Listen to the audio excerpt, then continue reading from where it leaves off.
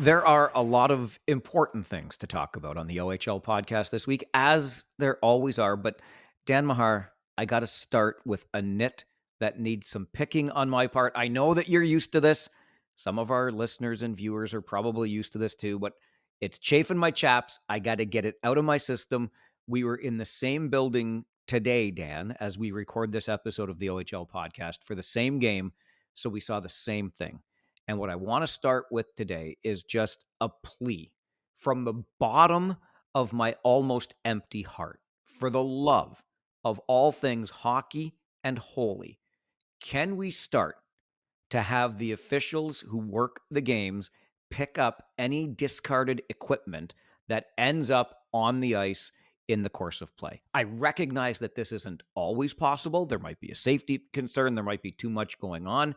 But it is my opinion that at least 80% of the time, maybe more, it can be picked up and dropped off at a bench or thrown into the penalty box, and the game can continue without missing a beat. I've been thinking about this for years. I've been complaining about this for years. But today in Kitchener, in the game between the Rangers and the Saginaw Spirit, it came home to roost in a very big way. Let's just get the equipment out of the way. The trailing referee can pick it up. What do you say, Dan Mahar? I couldn't agree more. And we saw it kill a breakaway today, which is exactly what you don't want to have happen in the course of a game. But yeah, I mean, the player safety thing, I guess maybe official safety. They want them taking their eyes off the play and colliding with someone. And clearly, I'm not heaping this on the officials because clearly they're instructed not to pick stuff up till there's a whistle. You see it at all levels right now. But I watch that, Mike, and I see the debris laying there in the middle of play. And so often there's an obvious time for one of the officials to pick it up, 30, 40 feet away from the play, nothing going on, grab it. I mean, you've got two referees on the ice. One of them still has his eyes on the play in case something happens penalty-wise. Yeah, I just think it's ridiculous that they're not grabbing that debris where possible because there's so many times they have a chance to do it and then it comes back into the play later. And from a safety standpoint, I'd worry about someone stepping on it or tripping or something. Something could happen with it in the midst of play as well. So I couldn't agree more. Yeah, absolutely. That's the biggest thing, I think. And I'm surprised, frankly. And maybe this is why there is no protocol that stuff must be picked up because we haven't seen any horrific injuries as a result of it. But to your point, I also want to be clear. I'm not trying to harp on the guys and gals that wear stripes in this league. I'm not saying they're doing a poor job. Whatever the situation is, though, I'm just asking that we make it a priority to pick this stuff up. While what happened in the game between Kitchener and Saginaw did not affect the outcome of the game, there was a player with a clear breakaway, and you could tell the moment he looked up to see the ice in front of him, he saw a stick that had been dropped. And here's the thing. It's dropped between the hash marks in the offensive zone for this player. So he's got to break away from his own side of center in. Lots of ice to look at, and he sees this stick right in the middle. He ends up having the puck roll off his stick because I think when he saw that stick there lying on the ice, he's like, well, I got to change my mind. What am I going to do? How am I going to get around the stick and the goalie? And next thing you know, it doesn't even result in a shot on goal. But that stick laid there in front of the Saginaw net while the play was in the other end of the ice. That trailing referee, we've gone through this game. We went through it for generations with only 3 officials on the ice, 1 referee and 2 lineys.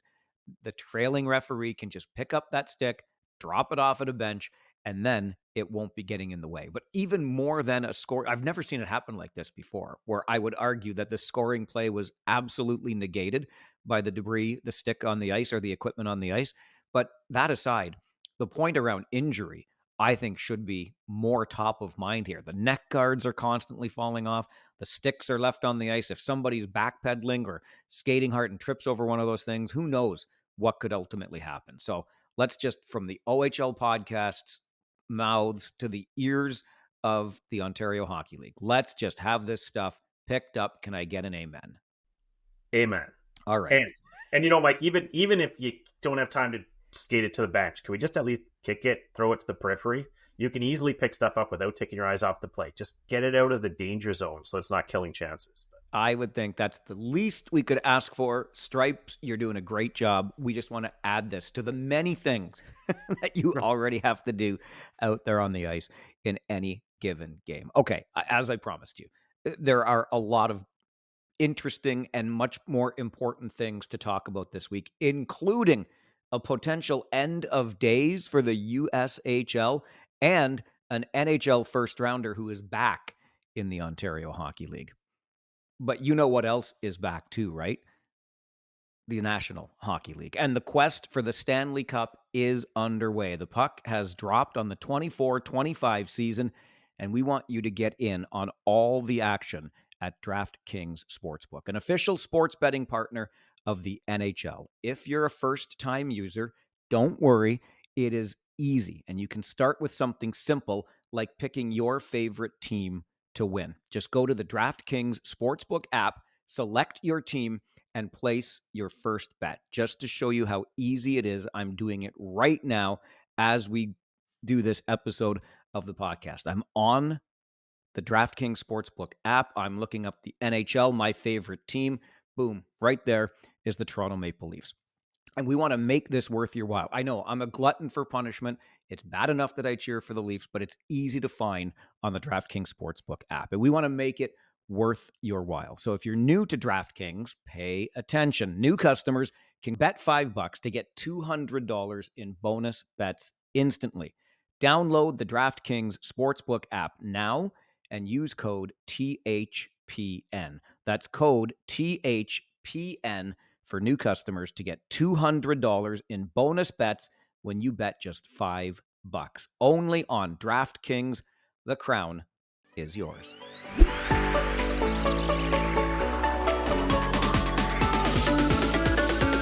Dan Mahar, Quinton Musty is back with the Sudbury Wolves. Ho hum, 2 goals, 2 assists for 4 points in 3 games this weekend. What do you make of the San Jose Sharks first rounders return? I think it's a good thing for all involved. There was obviously some tension there. He didn't want to return to Sudbury, wanted to trade. There was kind of an awkward holdout for a number of weeks to start the season.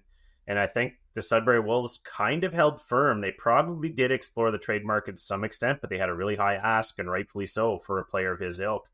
And if they didn't get that price, they're saying, listen, he's sitting until we get a better offer, or he can return at any time. And I think that kind of standoff was inevitably going to end, hopefully, as it did, with Musty saying, all right, I'm going to play. I know I'm not going to get traded by sitting on the sidelines without demonstrating my abilities to the other teams anyway. So let's at least come back, play for a stretch for Sudbury, and see if I can either up my trade market value at this point, or maybe things are better than I thought, because Sudbury has an entire new coaching staff.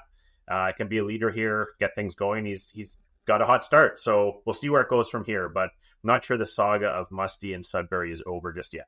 Yeah, it's probably not. There will be another chapter written. I suspect that chapter to be written when Musty is no longer a Sudbury Wolf, if you will, but we'll get to that in just a moment. Awkward, I think, is a good word to describe this, Dan. And you talk about the team sort of holding firm. Really, the player, in this case, Quinton Musty, doesn't have a whole lot in the way of leverage, does he? It's not like you're holding out on a contract in the National Hockey League, for example, and you might have your millions and millions to already sit on, and you know, you're collecting the interest on it while you wait for the respective parties to get a new deal worked out for you. In this case, you're an NHL first round prospect. San Jose wants you to play. It might not be in Sudbury, okay, but right now that's kind of where you are, and you're not going to develop and get any better while you're just sitting at home in Hampstead, New York. So what are your options here, really, other than trying to force the team's hand into a trade? And as you mentioned, Sudbury made it clear from the get-go, look, there are still gaps in Musty's game. We've got the coaching staff in place to address those gaps and help make Quinton Musty a better player. And off you go. And we talked about that when the statement came out from Sudbury. Thought it was so interesting that the team would publicly take the stand that it did, because some might argue you're lowering the potential trade value for a player like Musty when you say, well, you know, this guy's not completely well-rounded enough yet for the National Hockey. We're going to work on those things in his game.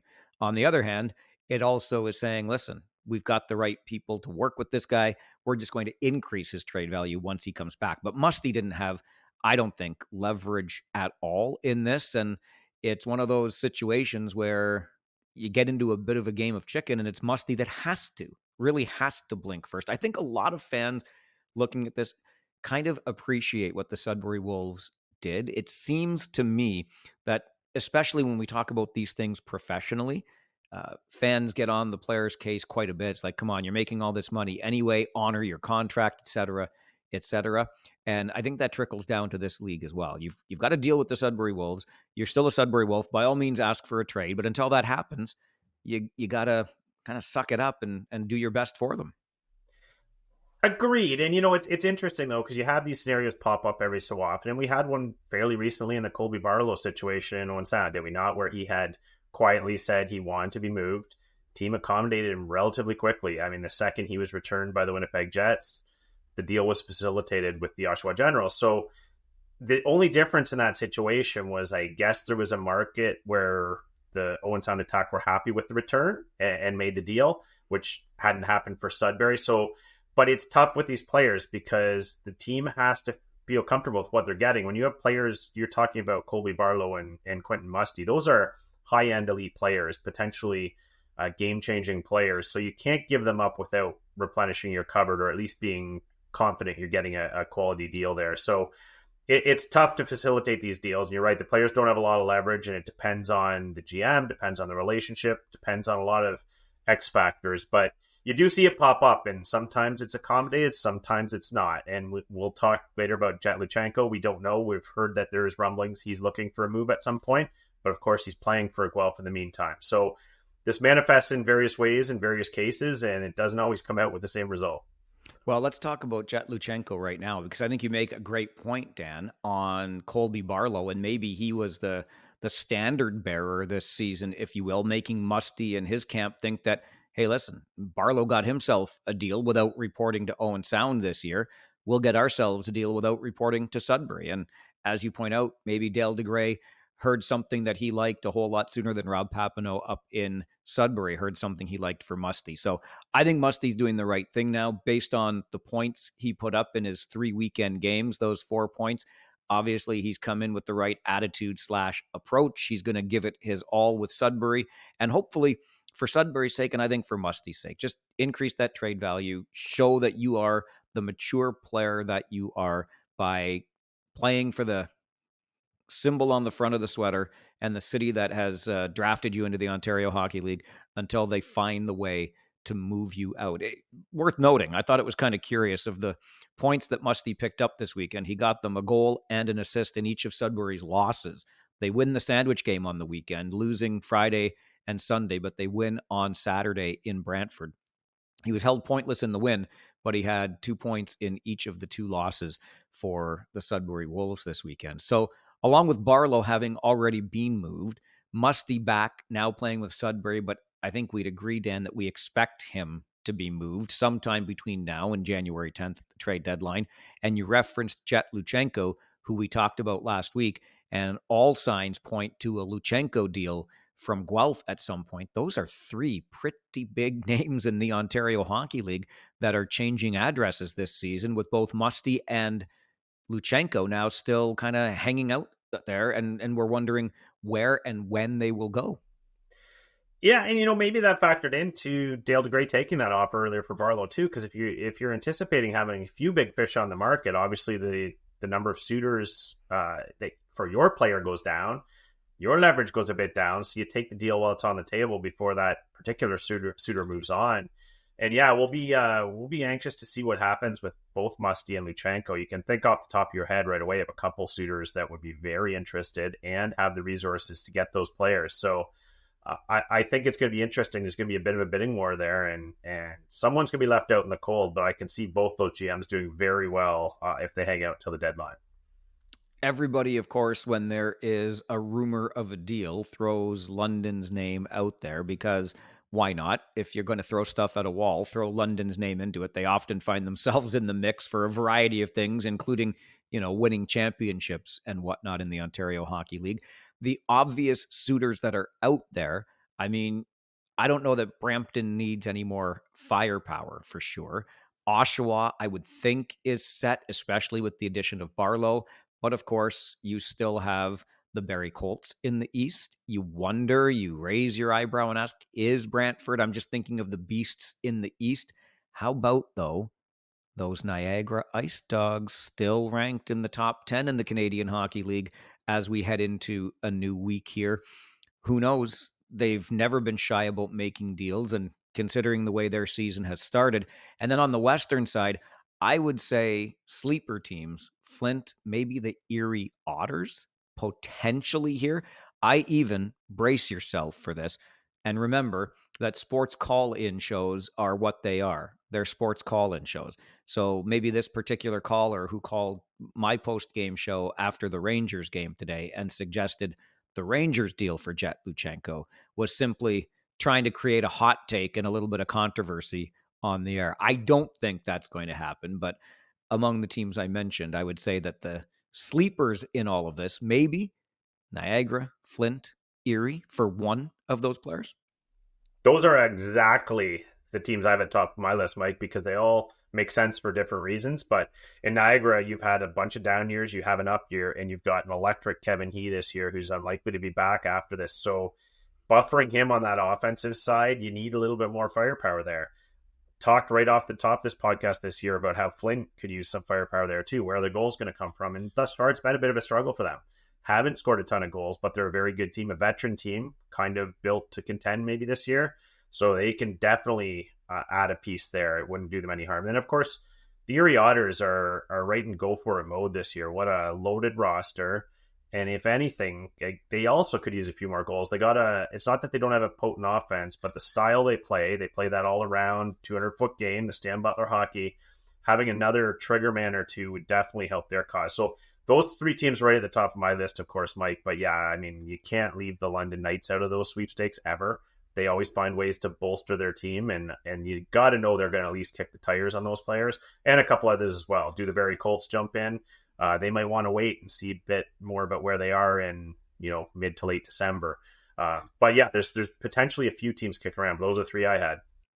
Fans that are even casual observers of this game, I think, would get rather excited by things like this. Again, big name players, both Musty and Luchenko are NHL first rounders. To the teams that have them currently, and obviously if they're thinking of moving those players, it's a bit of a rebuild, but you get excited by the anticipation of what might come back. And then fans of those other teams that we've mentioned, and maybe even a sleeper team out there, Dan, get excited that, hey, maybe Musty and or Luchenko lands on our team as well. So it's going to be an interesting arms race for sure as we look ahead to January the 10th. That is a long way away. It is still early in this OHL season, but there have been some surprisingly good teams and some teams that maybe are a little bit surprisingly not so good. One team is so bad that if you take 3 letters out of their name, it spells UGG. We will get to that in just a moment. Though, when you've got tickets to a big game and your excitement builds all day long, finally it arrives. You're walking into the arena. You heard the sound from outside. Now it's starting to get louder. You smell the food from the concessions. You feel the cold from the ice. And then there's that first big body check that thunders the boards, and you are in the exact place you need to be. Well, we want you to know that GameTime can get you there. GameTime puts you first with deals on tickets to all events from sports to concerts and theater. Even last minute won't leave you in last place with a guaranteed lowest price, or they will credit you 110% of the difference. Plus, with the new feature, GameTime Picks, you'll get access to incredible deals on the best seats without searching through thousands of tickets. That's because GameTime Picks sorts through the fluff for you and only delivers what you're looking for. GameTime is so user-friendly, even I have an easy time using it. And the super deals are exactly like they sound. Prices that are almost too good to be true. Check out a view from your seat before you buy. Take advantage of event cancellation protection and don't settle for anything less than all-in pricing. No surprise fees at checkout. Take the guesswork out of buying tickets with GameTime picks. Download the GameTime app, create an account, and use code THPN for $20 off your first purchase. Terms apply. Again, create an account, use code THPN for $20 off your first purchase. Download GameTime today. What time is it? Game time.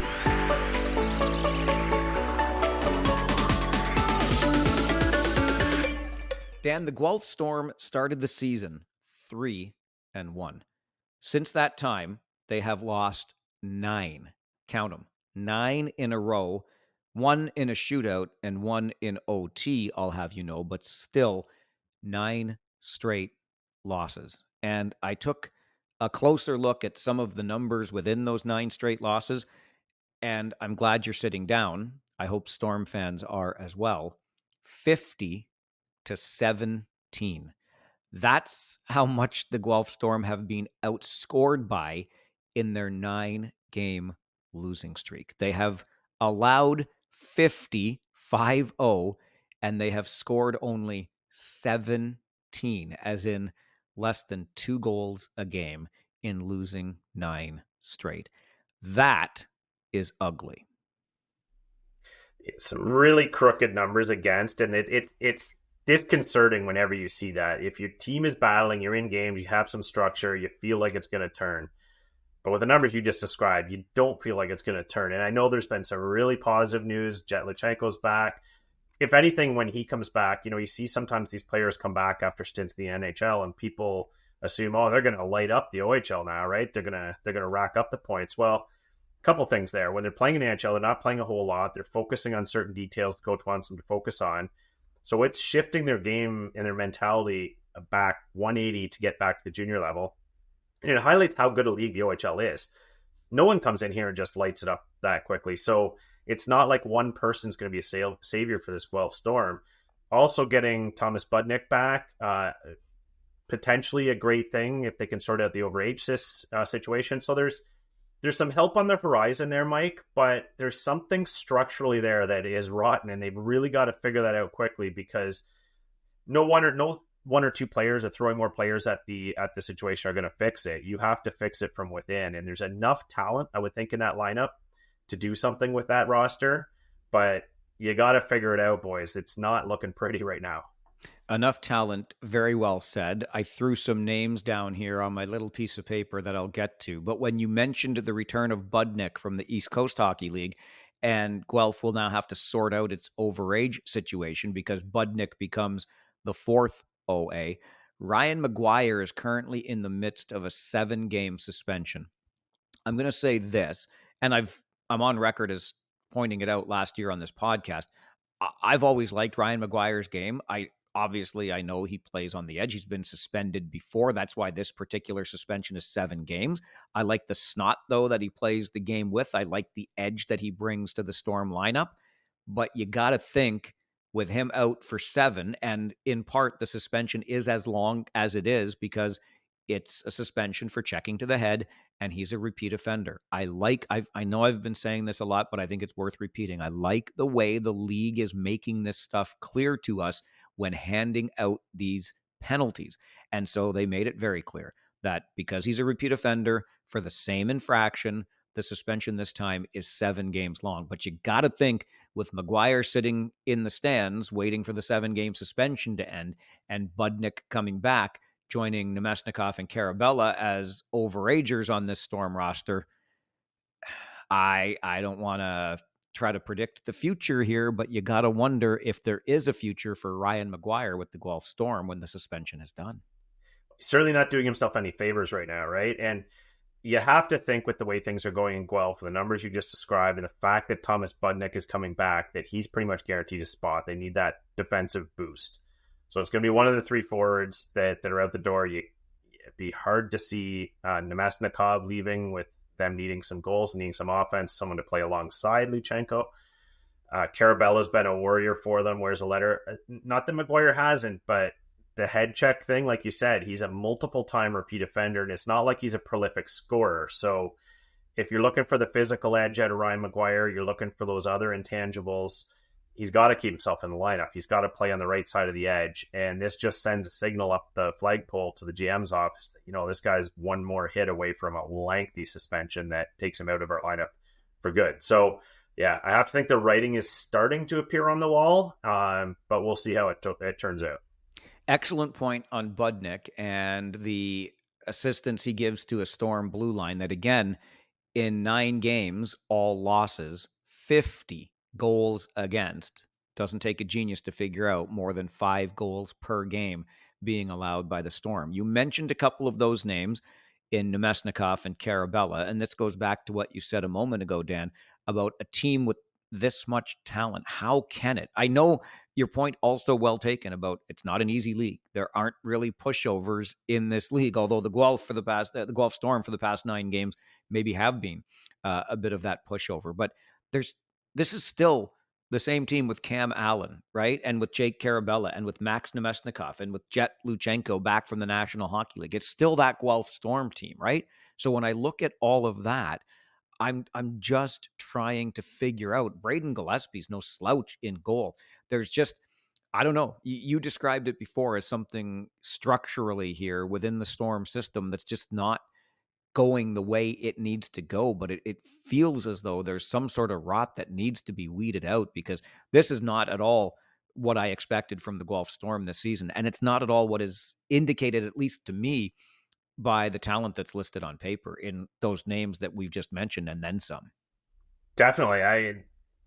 You look at that roster and it's kind of right now in that mode, which you hate to see, which is kind of that tweener mode, right? Not good enough to contend, but not bad enough that you're in a rebuild where you're looking to next year. So what do they do? A lot of older players in that roster, a couple really good young ones, Quinn Beauchesne, and you got Alex McLean out of the draft this year. I love Parker Snellgrove's game. You've got Vilmer Ulrichsen's looked good every game I've watched. So there's some talent in that roster, and it looks to me like the type of team that could turn around at any time. So maybe that injection of veteran leadership that's coming now will help. But you really got to go over that, port over that video, look at everything top to bottom in the dressing room, practices, you name it. Do a full audit of that team, because they're not, the sum of their parts is beyond what they're getting out on the ice right now. I had the Guelph Storm 4th in the Western Conference in my preseason prediction. You had them 7th. Again, it's early, but I'm going to add this to the conversation, Dan. It's early. And I think maybe it's going to be worth us exploring perhaps next season. When do we stop saying that, right? And I work with a guy on our radio broadcasts who's been around the game for a long time, 2 Stanley Cup rings from the Colorado Avalanche, Paul Fixter, my broadcast partner, and he has said 10 games. Like, talk to me after 10 games. And then we talk to some of the scouts. They say 20 games. Whatever. I'm going to say this much, okay? By the time we are back in your ears a week from now, in the next episode of this OHL podcast, we will be 1/4 of the way through the season. Surely, after 25% of the games have been played, it is no longer early. So just consider, along with Guelph's really ugly 9-game losing streak and the 50 goals allowed against 17 scored in that 9-game streak, give some consideration to 8 straight losses for the Owen Sound attack. On the other side of the ledger, give some consideration to the 9 straight wins for the Kitchener Rangers, 7 straight wins for the London Knights.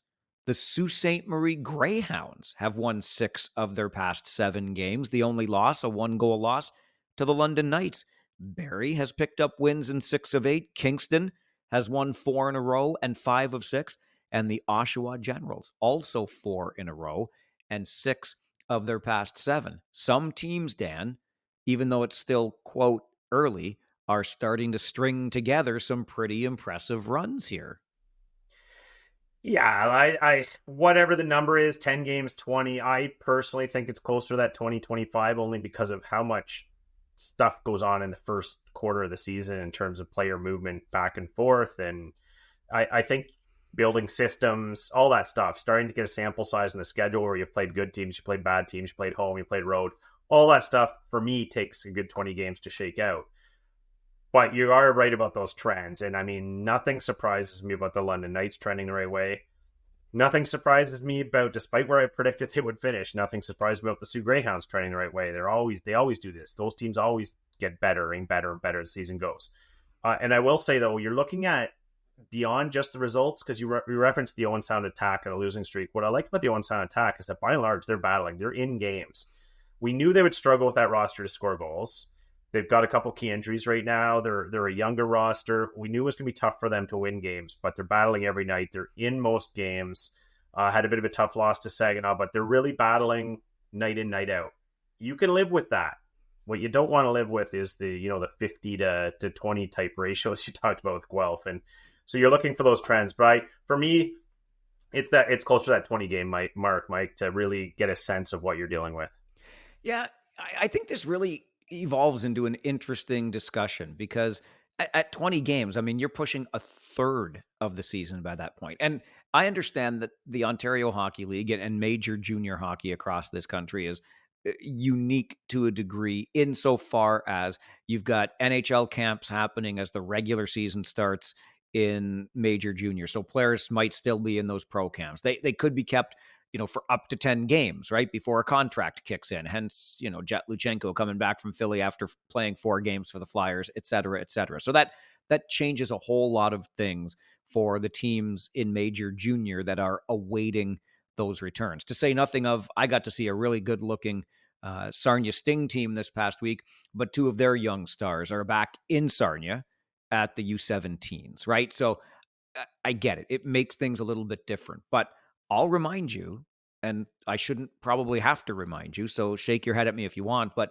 2 points in September and October worth the same damn amount as 2 points in February and March. So there is a lot to be said for getting out of the gate and putting points in the bank early, no matter which team you're up against, whether they've got a full roster back or not, or if they're teams that might be at different stages of their development cycle. If it's a down year for a team and you're playing them in October and you beat up on them, it doesn't matter. Those 2 points still count in your standings, and they don't take them away at the end of the year because you played a team before it had its stars back or you played a team that was rebuilding. You don't apologize for the schedule. So I don't know about all this. Well, it's still early stuff.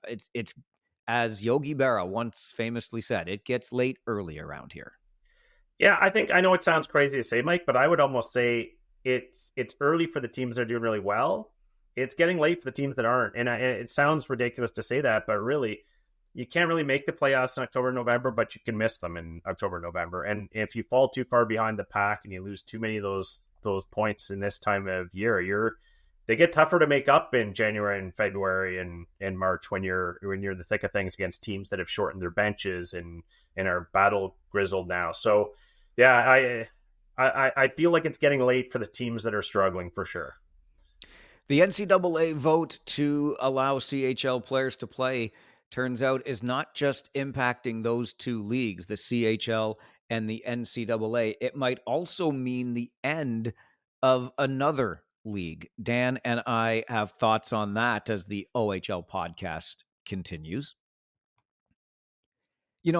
One of the most exciting things about this time of year is that we are mere weeks away from not just American Thanksgiving, but also Black Friday and Cyber Monday, which means you get the chance to get amazing deals that you otherwise would not normally get. Except, of course, with Raycon, because with Raycon, you get an amazing deal on premium audio every day of the year. But that doesn't mean they're not having any sales for Black Friday and Cyber Monday. Far from it, in fact. They're actually doubling down on their amazing value by offering our viewers and listeners up to 30% site-wide. A Black Friday deal that you'll appreciate every day.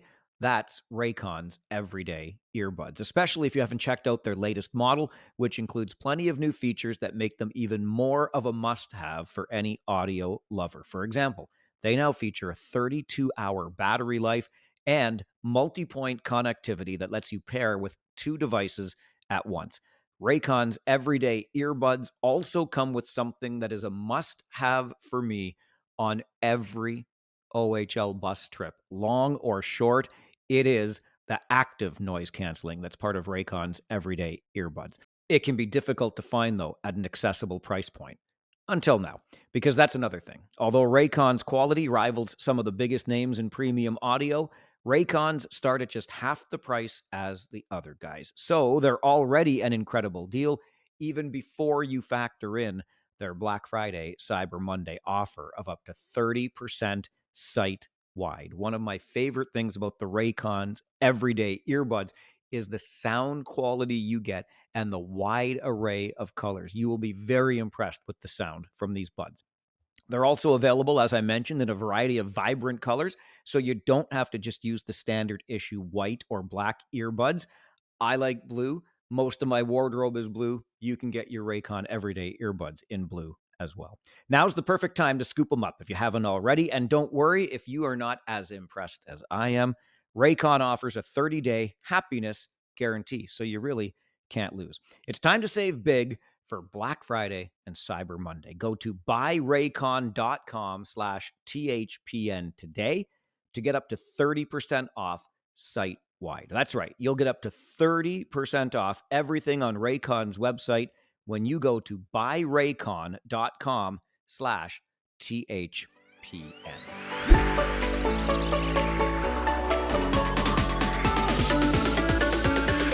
Dan, Hayden Reed is leaving the Sioux Falls Stampede for the Flint Firebirds.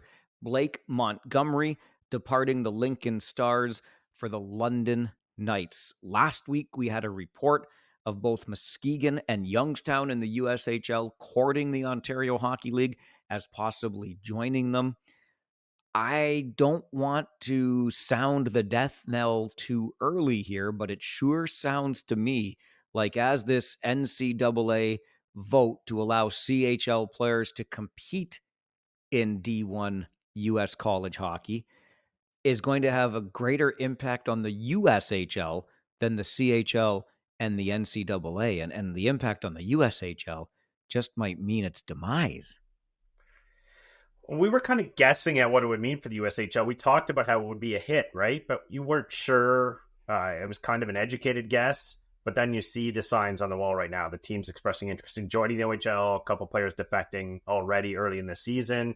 It does not look good. Obviously, it's going to be a huge impact to that league. And I take no joy in that whatsoever. I'm not hypocritical. We talk about all the things that could threaten the OHL, and in no way, shape, or form am I dancing on the graves of any other leagues that are in jeopardy. So I hope the USHL will sustain in some format for the fans, for the people that are invested in that league.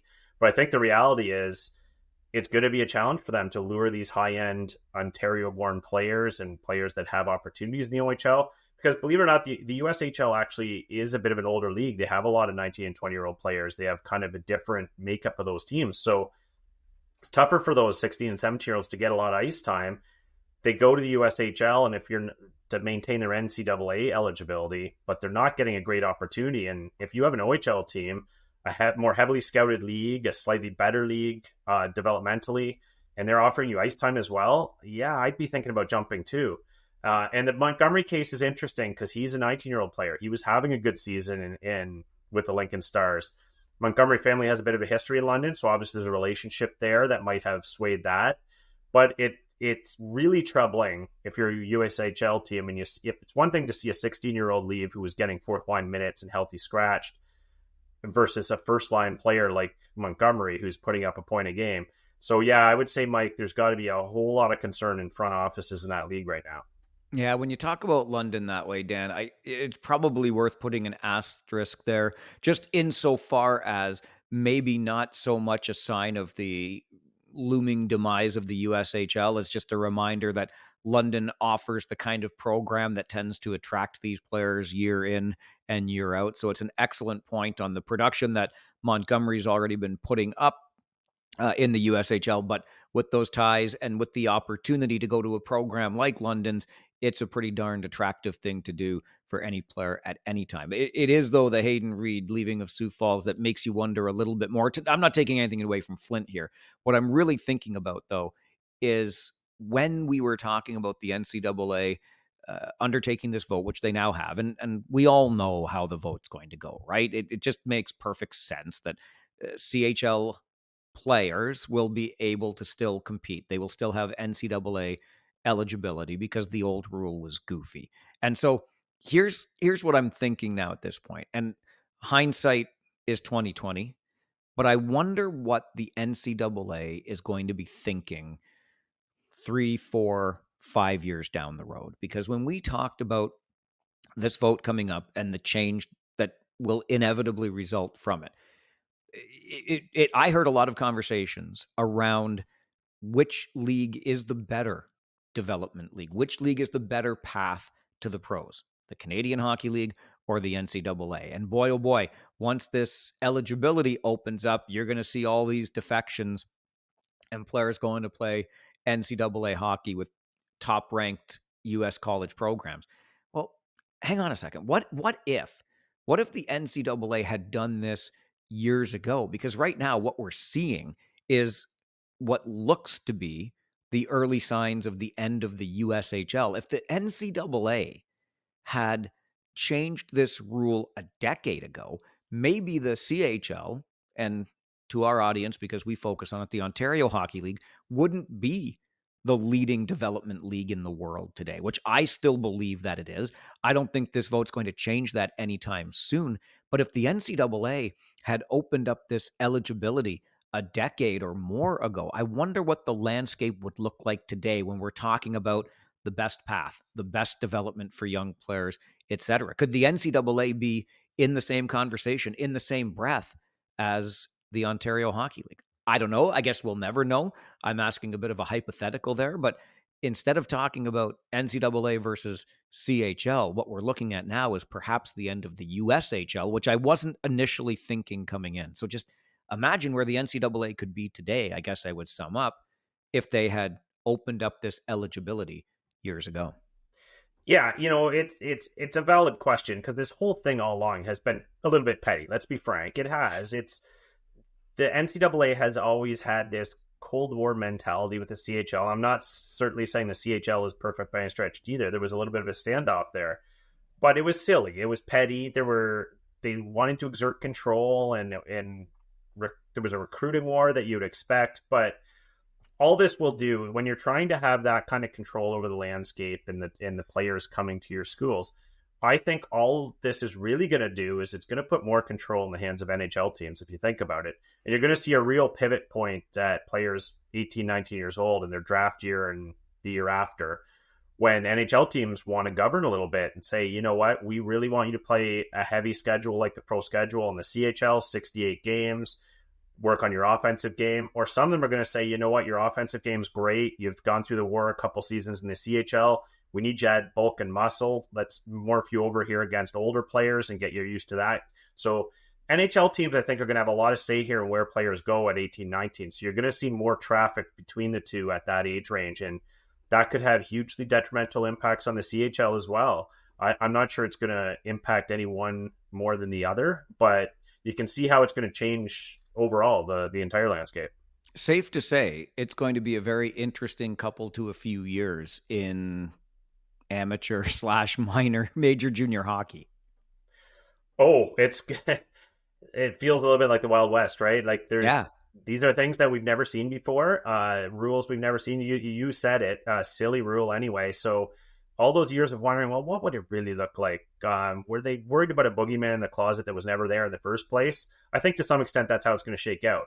But make no mistake, both leagues are going to be stung a little from what they formerly knew to what the new landscape looks like, and they're all going to have to adjust. Couple of quick, just little tidbits before we get to our prospects of the week for this week. One of them, since we're talking about other leagues, I just want to throw the American Hockey League in here because it's still so closely connected to the Ontario Hockey League. And by that, I mean, I'm talking about the city of Hamilton, the $280 million renovation of First Ontario Centre, the former Cops Coliseum. Oakview Group, which is putting up the money and doing this renovation at First Ontario Centre, is reportedly in discussions to bring an American Hockey League team back to Hamilton. Much like with the Ontario Hockey League, it wouldn't be the first time. However, as evidenced by the fact there is not any hockey team right now in Hamilton, this would not be the first time. And Hamilton has been unable to hang on to hockey teams, period, over the generations here. I'm skeptical, Dan. Maybe I'm a natural skeptic. Sometimes I like to try to pass myself off as a realist, but as I said on Twitter at Farwell underscore or X Farwell underscore OHL when I read this, I'll believe it when I see it, Hamilton. Like, I love you, Hamilton. I really do. You got so much going for you. I don't know why either you hate hockey or hockey hates you, but something's not right there when it comes to hockey, I don't think. Oh, we don't have a camera to show our audience, Mike, but I'm sure you saw a whole bunch of eyes roll when you had talked about that news clip about the HL coming back to Hamilton. Maybe the fans will flock to the games on the LRT in Hamilton, and everyone will be happy, right? So, I let's just say I have a healthy dose of skepticism myself. It sounds like you have skepticism about their ability to build critical public transit infrastructure as well, Dan Mahar. I probably a little skepticism about the functionality of their political leaders, but well, yeah, we'll leave it at that. I will just add to that. It was their political leaders that cost them the Bulldogs, as in the Ontario Hockey League's Bulldogs. But yes, we'll just play the wait and see game in Hamilton, and we'll wish the city that we love the very best. The other little tidbit, and I'm sure hockey fans have seen it, a couple of former Windsor Spitfires with their respective NHL teams in Finland this past week. Pete DeBoer and Paul Maurice were together with a Spitfires team decades ago. The NHL put out a video of the two of these guys sharing a coffee, and just like it just oozed, Dan. It oozed respect, admiration, friendship for one another. And what a treat to watch these guys who we all got to watch. Well, some of us got to watch come through this league, doing what they're doing now. Maurice just coming off his Stanley Cup with Florida. And I want Pete DeBoer to be like, it's Pete's turn now, right? Can we agree on that?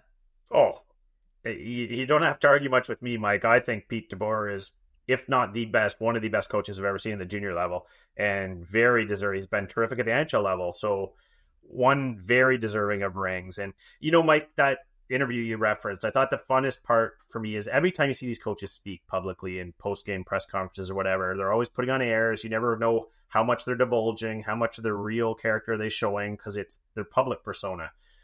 I thought that interview just showed their genuine persona. It's a genuine friendship, this built up over the years. And I thought it was really interesting because when I watched it, of course, there's a bunch of comments below where I watched it. And a bunch of the comments were from NHL fans saying, "Oh, I didn't realize they were friends. I didn't know the backstory. I didn't know." And it was just really interesting to see that window open to it, because at the end of the day, that's what hockey's all about, is it not?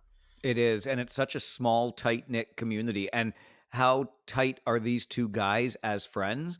They were rooting for the other when they weren't playing each other. Like, that just goes to show how deep the friendship is. If you have not yet seen it, NHL.com will be the place that you can find it. Just had to reference that because both DeBoer and Maurice cut their teeth as players in the Ontario Hockey League and as coaches in the Ontario Hockey League before going on to where they are today.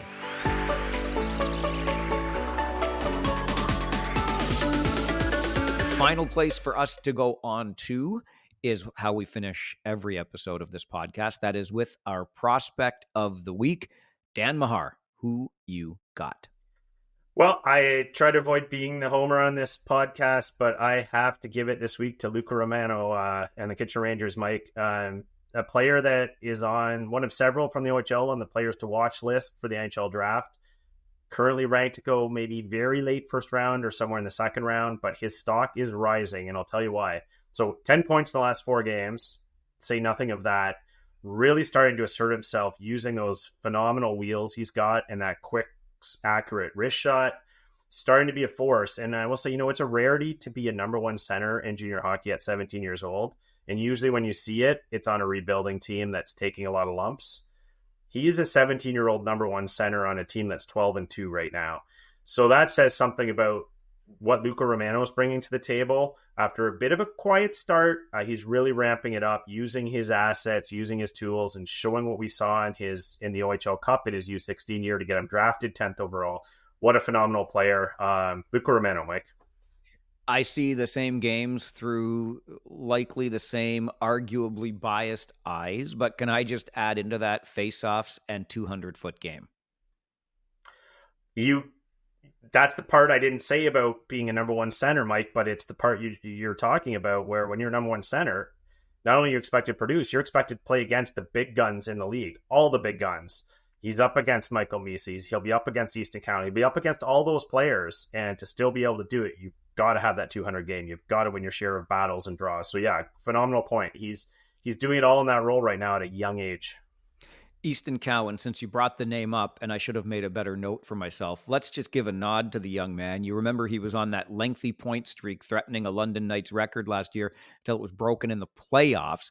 But if you take that out, and I know you don't, but you could just say regular season point streak, right? Up to 46 games. 46 consecutive regular season games, Easton Cowan has picked up at least 1 point. That is as impressive as hell. Just before I get to my prospect of the week, at the risk of being a homer and having just mentioned him a week or two ago, but I thought Cameron Reed, he's getting an honorable mention from me, Dan. I've talked about the way you want to talk about elevating stock. And again, you can argue bias because I see him all the time. You can also argue that when you see him all the time and you see the consistency and you see the progress in the game, there's that aspect of it too. No scout watches a player just once. But Cameron Reed had a goal versus Sudbury on Friday night this week. It wasn't quite end to end because he didn't start from back of his own net, but he was inside his own blue line as a defenseman, gathered speed, went wide on the D in the Sudbury zone, cut across the crease, and buried what I think should be one of the top goal candidates of the year. I don't know why. I went to look for the highlight online somewhere, and I didn't find it. So maybe I'm misrepresenting that goal, but you would have seen it too, Dan, and it was pretty damned impressive from where I was standing on Friday night. Oh, just a phenomenal skater. And what stood out to me about that goal, Mike, you're not wrong. Because what stood out, usually when you see a player go end to end or walk the D, they caught someone a little off guard or a little out of position. The defender was in perfect position, an OHL veteran defender in perfect position, and he flew right around him with unimpeded. So when you see a player do that, you know the skating is something special. It is. And he has found a new gear, much like Luca Romano, I think wanting to get himself in that first round conversation. I'm just giving him a nod and an honorable mention for that goal alone. But my prospect of the week, I'm going to the Eastern Conference. And I know I've already mentioned him this season, but I'm going to mention him again in Porter Martone. 4 goals and 3 assists for 7 points in the past 3 games. A hat trick in one of them. He's got points in all but 1 game so far this season. He leads the league with 32 points. The Steelheads have now won 3 of 4. Some say they're middling around a little bit still. It's great expectations in Brampton, of course, but boy, oh boy, Porter Martone is, and I know he's 3rd year in the league because of that late birthday. Doesn't matter. Draft eligible player who is turning heads for all the right reasons so far this year. Yeah, well, what more can you say about Porter Martone, right? He was my pick in week 1 and tried to give him a rest here because realistically, you could pick him almost every week or at least an honorable mention. The point totals he's putting up are ridiculous right now. So yeah, he's never a bad pick. It's almost a shame to ignore his point totals and go with anyone else. But yeah, you have to give some other kids a shot, don't you, Mike? I think you do. So every once in a while, we'll mix it up. But I went for the easy pickings with Porter Martone this week. All right. We'll let you go for another week. But remember, as of next week, Dan, can we agree as of next week when we're talking, it's officially late in the season? Okay, maybe not late, but it's not early anymore. Can we go with that? Yeah, let's say it's getting to the point of concern for a bunch of teams. How's that? All right. If you're a young kid trying to avoid bedtime, this is where you start kind of quietly going into the corner, trying to get out of mom and dad's eyesight so they don't send you to bed because it's bedtime. But it's getting on that time for some of the teams in the Ontario Hockey League. Please do send us an email anytime you so desire. ohlpodcast@rogers.com. We do respond. We love to bring your feedback and your questions to the show for conversation. You'll find Dan on Twitter or X at his name, at Dan Mahar. I'm at Farwell_OHL. Please give us a like, subscribe, leave a comment, and tell a friend about the OHL podcast. We'll be back in 1 week's time.